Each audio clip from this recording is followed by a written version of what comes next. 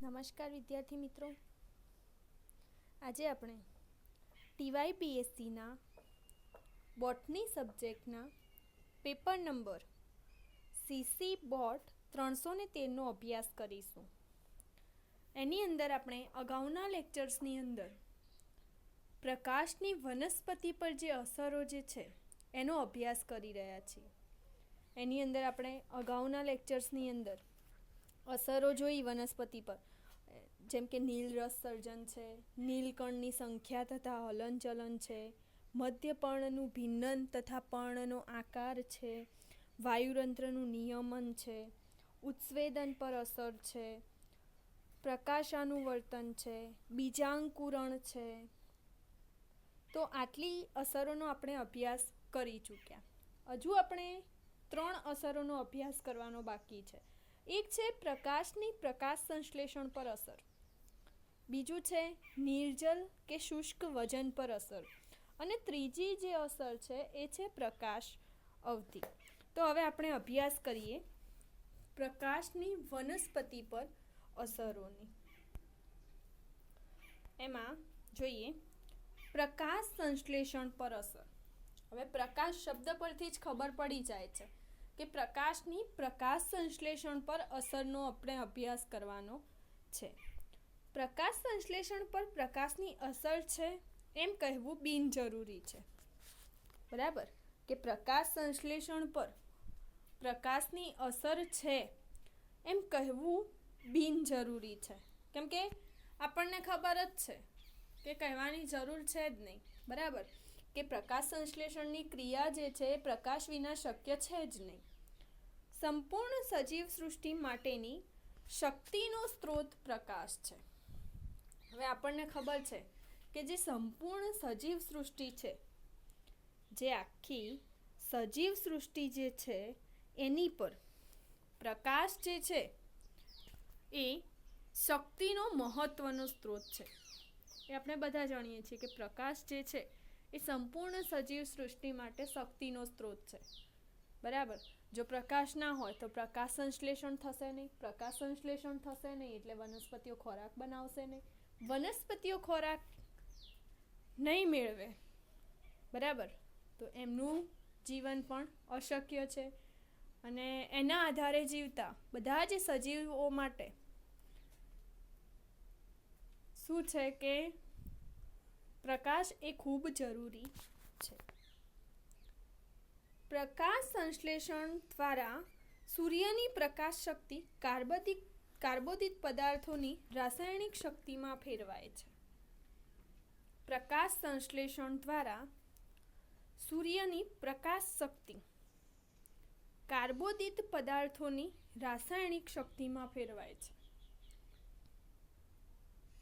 પ્રકાશ સંશ્લેષણ દ્વારા સૂર્યની પ્રકાશ શક્તિ કાર્બોદિત પદાર્થોની રાસાયણિક શક્તિમાં ફેરવાય છે. આપણને ખબર છે કે જે પ્રકાશ સંશ્લેષણની ક્રિયા જે થાય છે એમાં એ પ્રકાશ સંશ્લેષણની ક્રિયા દ્વારા જે સૂર્યની જે પ્રકાશ શક્તિ છે, સૂર્યની જે શક્તિ છે પ્રકાશ શક્તિ, એ કાર્બોદિત પદાર્થોની, જે કાર્બોહાઈડ્રેટ્સ છે એટલે કે કાર્બોદિત પદાર્થોની રાસાયણિક શક્તિમાં ફેરવાય છે. તો આ થઈ વાત કે પ્રકાશ સંશ્લેષણ દ્વારા જે પ્રકાશ શક્તિ જે છે એ કાર્બોદિત પદાર્થોની રાસાયણિક શક્તિમાં ફેરવાય છે.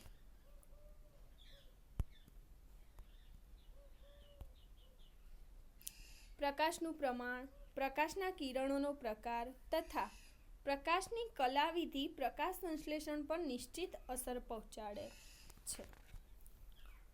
પ્રકાશનું પ્રમાણ છે, પ્રકાશના કિરણોનો પ્રકાર છે, પ્રકાશની કલાવિધિ છે, એ જે બધી વગેરે વગેરે જે છે એ પ્રકાશ સંશ્લેષણ પર નિશ્ચિત અસર પહોંચાડે છે.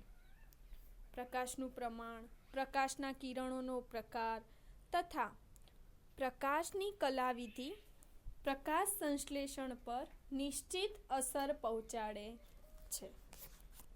જોઈએ હવે નેક્સ્ટ અસર જે છે પ્રકાશની વનસ્પતિ પર એ છે, આપણે અત્યારે જે વાત કરીને કે પ્રકાશની પ્રકાશ સંશ્લેષણ પર શું અસર છે એની વાત કરી. હવેની અસરનો આપણે અભ્યાસ કરીએ કે નિર્જલ કે શુષ્ક વજન પર અસર. નિર્જલ કે શુષ્ક વજન પર અસર. પ્રકાશનું અસ્તિત્વ વનસ્પતિના શુષ્ક વજનના વધારા માટે અનિવાર્ય છે. પ્રકાશનું જે અસ્તિત્વ જે છે, પ્રકાશનું અસ્તિત્વ વનસ્પતિના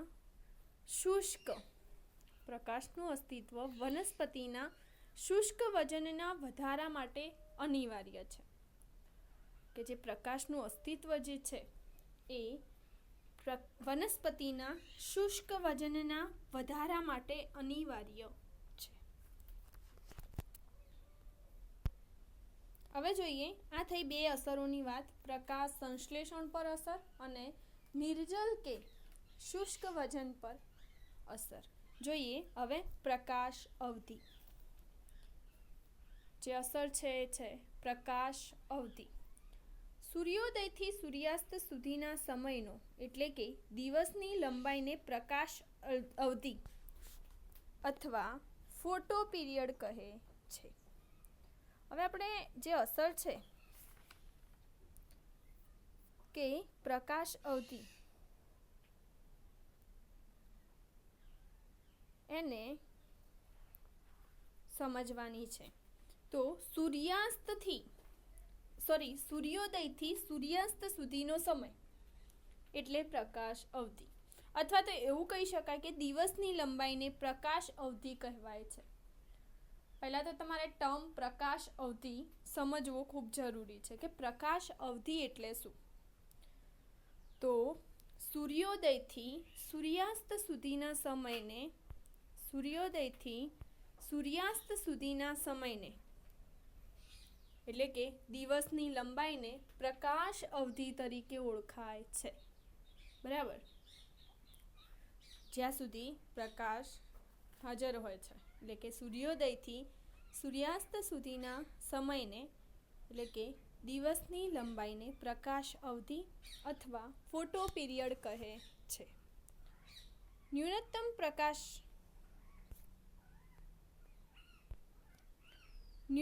પ્રકાશ અવધિ 12 થી 14 કલાકની છે. ન્યૂનતમ પ્રકાશ અવધિ જે છે એ 12 થી 14 કલાકની છે. બરાબર, આપણને ખબર છે કે પ્રકાશ અવધિ કેટલી છે, ન્યૂનતમ 12 થી 14 કલાકની હોય છે. પ્રકાશ અવધિની મુખ્ય અસર વનસ્પતિના પુષ્પ સર્જન પર રહે છે. હવે જે પ્રકાશ અવધિ છે એટલે કે સૂર્યોદયથી સૂર્યાસ્ત સુધીનો સમય અથવા તો જે દિવસની લંબાઈ જે છે એની અસર સૌથી વધારે શેની પર રહે છે વનસ્પતિની અંદર. તો ન્યૂનતમ પ્રકાશ અવધિ જે છે એ 12 થી 14 કલાકની છે. પ્રકાશ અવધિની મુખ્ય અસર વનસ્પતિના પુષ્પ સર્જન પર રહે છે. આપણને ખબર છે કે પુષ્પ ખીલવા માટે પણ પ્રકાશ અવધિ જે છે એની અસર હોય છે. તો પ્રકાશ અવધિની મુખ્ય અસર વનસ્પતિના પુષ્પ સર્જન પર રહે છે. પોતાની પ્રકાશ અવધિની આવશ્યકતા બાબતમાં વનસ્પતિ વિવિધતા દર્શાવે છે. હવે પોતાની પ્રકાશ અવધિની આવશ્યકતા બાબતમાં વનસ્પતિ વિવિધતા દર્શાવે છે. હવે વાત કરીએ કે વનસ્પતિની પ્રકાશ અવધિની આવશ્યકતા કેટલી હોય છે. તો વનસ્પતિ જે છે એ પોતાની પ્રકાશ અવધિની આવશ્યકતા બાબતમાં શું કરે છે, તો વિવિધતા દર્શાવે છે. બરાબર, જે વનસ્પતિ છે એ વિવિધતા દર્શાવે છે.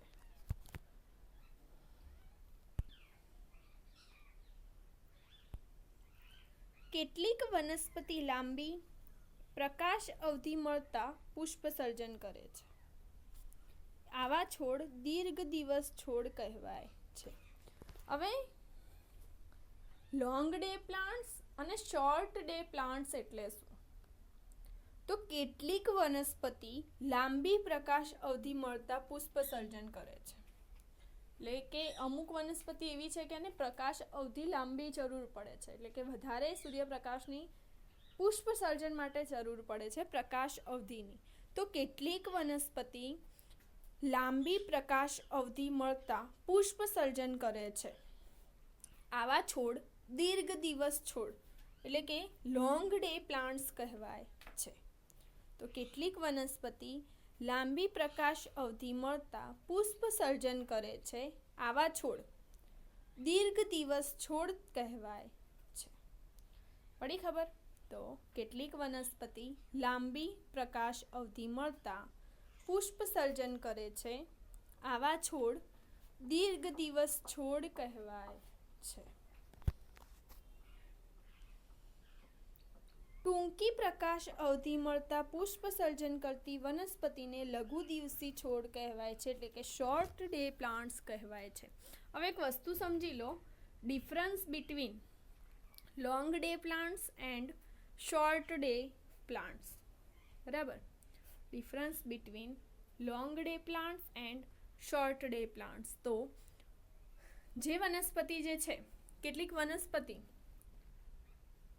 પુષ્પ સર્જન કરવા માટે લાંબી પ્રકાશ અવધિની આવશ્યકતા હોય એને દીર્ઘ દિવસી છોડ કહેવાય. બરાબર? દીર્ઘ દિવસ છોડ એટલે કે લોંગ ડે પ્લાન્ટ્સ કહેવાય છે. જ્યારે કેટલીક વનસ્પતિ જે છે એને ટૂંકી પ્રકાશ અવધિની આવશ્યકતા હોય છે. શેની માટે? તો પુષ્પ સર્જન માટે. તો એવા પ્લાન્ટ્સને લઘુ દિવસી છોડ અથવા તો શોર્ટ ડે પ્લાન્ટ્સ તરીકે ઓળખાય છે. દરેક વનસ્પતિ પ્રકાશ પ્રત્યે આ પ્રકારનું સંવેદન દર્શાવે છે એવું જરૂરી નથી. દરેક વનસ્પતિ જે છે એ પ્રકાશ પ્રત્યે આ પ્રકારનું જ સંવેદન દર્શાવે એવું જરૂરી નથી. કેટલીક વનસ્પતિ પ્રકાશ અવધિની આ પ્રકારની અસરોથી મુક્ત છે. હવે કેટલીક વનસ્પતિ, દરેક વનસ્પતિ કઈ આ રીતે કે આ પ્રકારની પ્રકાશ અવધિના પ્રત્યેનું જે પુષ્પ સર્જનનું જે સંવેદન છે એ દર્શાવે જરૂરી નથી. કેટલીક વનસ્પતિ જે છે એ પ્રકાશ અવધિની જે આ અસરો છે એનાથી મુક્ત હોય છે. આ પ્રકાશ નિરપેક્ષ વનસ્પતિ કહેવાય છે. હવે જો મેં એવું કીધું કે કેટલીક વનસ્પતિને લાંબી પ્રકાશ અવધિ જોઈએ છે, તો એ કહેવાય છે દીર્ઘ દિવસી પ્લાન્ટ. કેટલીક વનસ્પતિને ટૂંકી પ્રકાશ અવધિ જોઈએ છે, એને કહેવાય છે લઘુ દિવસી પ્લાન્ટ. કેટલીક વનસ્પતિ જે છે એના પ્રત્યે આ પ્રકારનું કોઈ સંવેદન જરૂરી નથી હોતું, તો એ વનસ્પતિ જે છે એને પ્રકાશ નિરપેક્ષ વનસ્પતિ કહેવાય છે. હાલના સંશોધન મુજબ પ્રકાશ અવધિનો અભાવ ઉષ્ણતામાન દ્વારા પૂરી શકાય છે. તો હાલના સંશોધન મુજબ પ્રકાશ અવધિનો અભાવ ઉષ્ણતામાન દ્વારા પૂરી શકાય છે. તો હાલના સંશોધન મુજબ જે પ્રકાશ અવધિનો જે અભાવ છે એ ઉષ્ણતામાન દ્વારા પૂરી શકાય છે.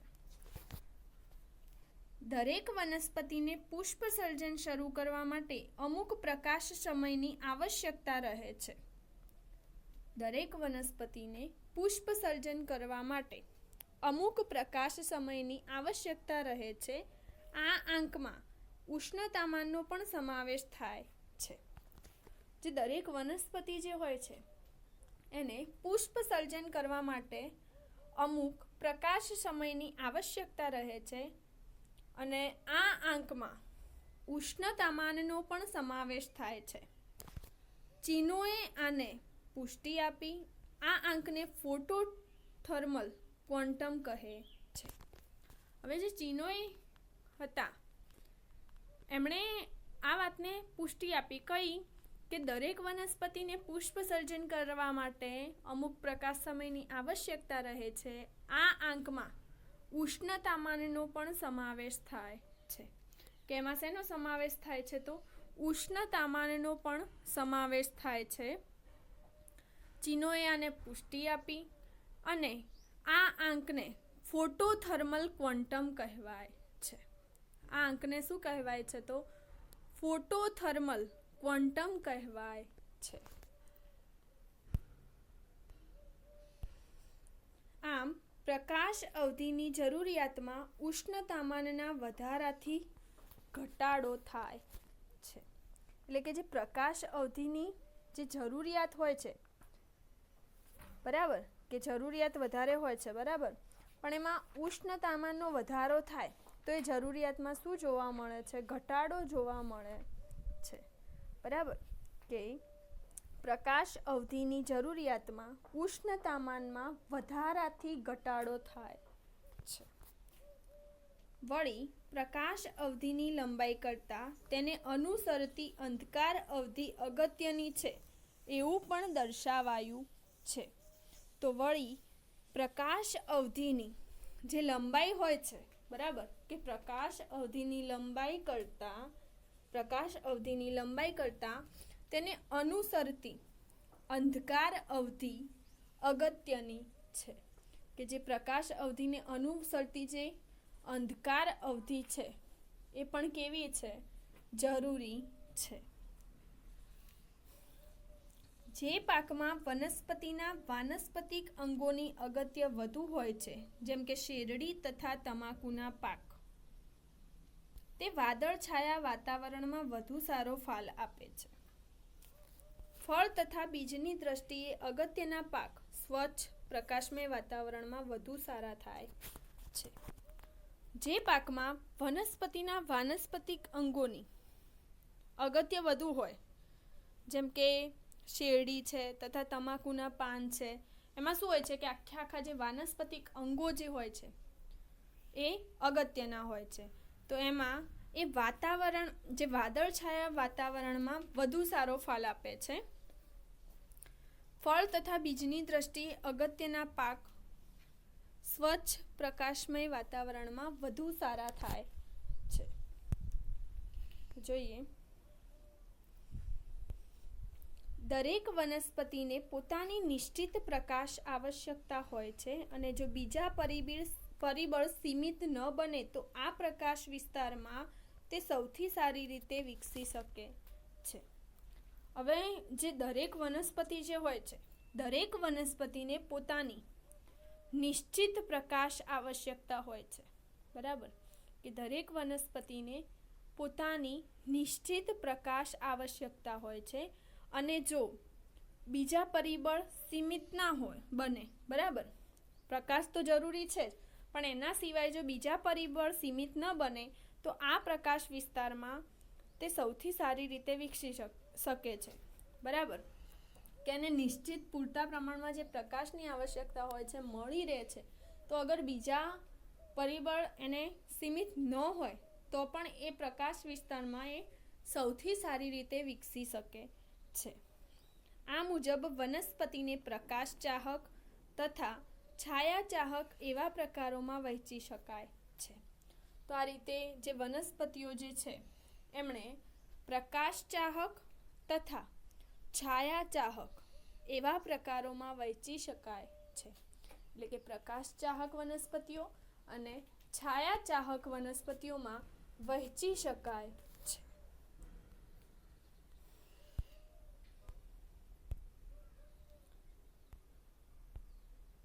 લાંબા સમય સુધી પ્રકાશ સંશ્લેષણને પ્રતિકૂળ એવા પર્યાવરણમાં વસી શકતી વનસ્પતિ છાયા ચાહક કહેવાય છે.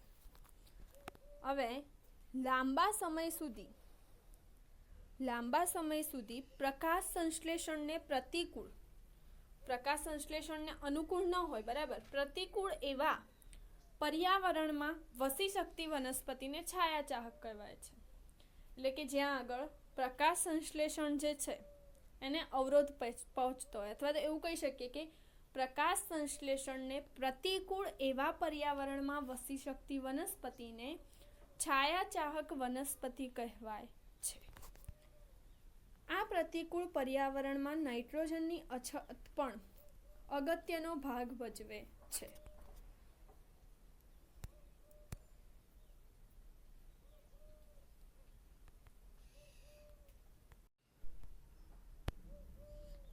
પ્રતિકૂળ પર્યાવરણમાં નાઇટ્રોજનની અછત પણ અગત્યનો ભાગ ભજવે છે કે પ્રકાશ સંશ્લેષણને પ્રતિકૂળ જે પર્યાવરણ છે એમાં બીજું કયું ભાગ ભજવે છે તો નાઇટ્રોજનની અછત જે છે એ પણ પ્રકાશ સંશ્લેષણને પ્રતિકૂળ કહેવાય છે, તો એ પણ અગત્યનો ભાગ ભજવે છે. ભેજયુક્ત આબોહવા હેઠળના વિસ્તારોમાં વનસ્પતિનો મોટો ભાગ છાયાચાહક પ્રકારનો હોય છે. તો ભેજયુક્ત આબોહવા હોય તો ભેજયુક્ત આબોહવા હેઠળના વિસ્તારોમાં વનસ્પતિનો મોટો ભાગ છાયાચાહક પ્રકારનો હોય છે. ભેજયુક્ત આબોહવા હેઠળના વિસ્તારોમાં વનસ્પતિનો જે મોટો ભાગ હોય છે એ છાયાચાહક પ્રકારનો હોય છે. તો જે ભેજવાળું વાતાવરણ હોય અથવા ભેજયુક્ત જે આબોહવા હોય એ વિસ્તારોમાં શું હોય છે તો મોટાભાગનો ભાગ જે છે, મોટાભાગની વનસ્પતિ જે છે એ છાયાચાહક પ્રકારની હોય છે. પ્રકાશના સદંતર અભાવમાં થતી વનસ્પતિના પ્રકાંડ નબળા હોય છે તથા શાખા વિન્યાસ અને યાંત્રિક પેશીના અભાવ હોય છે. હવે પ્રકાશના સદંતર અભાવમાં થતી વનસ્પતિના પ્રકાંડ નબળા હોય છે તથા શાખા વિન્યાસ અને યાંત્રિક પેશીના અભાવ હોય છે. હવે જે વનસ્પતિ પ્રકાશના અભાવમાં થતી હોય એ વનસ્પતિના પ્રકાંડ કેવા હોય છે તો નબળા હોય છે. તો વનસ્પતિના સદંતર અભાવમાં થતી પ્રકાશના સદંતર અભાવમાં થતી વનસ્પતિના પ્રકાંડ નબળા હોય છે તથા શાખા વિન્યાસ અને યાંત્રિક પેશીના અભાવ હોય છે. આવી વનસ્પતિનો આખો દેહ ફિક્કો પીળો છે અને પર્ણ ખુલતા નથી. હવે જુઓ, છાયાચાહક વનસ્પતિ હોય અથવા તો હું એવું કહું કે પ્રકાશના સદંતર અભાવમાં થતી જે વનસ્પતિ હોય, બરાબર, એના પ્રકાંડ નબળા હોય છે, શાખા વિન્યાસ અને યાંત્રિક પેશીઓ પણ હોતી નથી. તો આવી વનસ્પતિ જે હોય છે એનો આખો દેહ કેવો હોય છે તો ફિક્કો પીળો હોય છે અને પર્ણો પણ ખુલતા નથી અને એના પર્ણ ખુલતા નથી. પ્રકાશના અભાવમાં વનસ્પતિ લાંબો સમય જીવી શકતી નથી. તો જ્યારે પ્રકાશનો અભાવ હોય છે ત્યારે વનસ્પતિ જે છે એ લાંબો સમય જીવી શકતી નથી. પ્રકાશના અભાવમાં વનસ્પતિ લાંબો સમય જીવી શકતી નથી.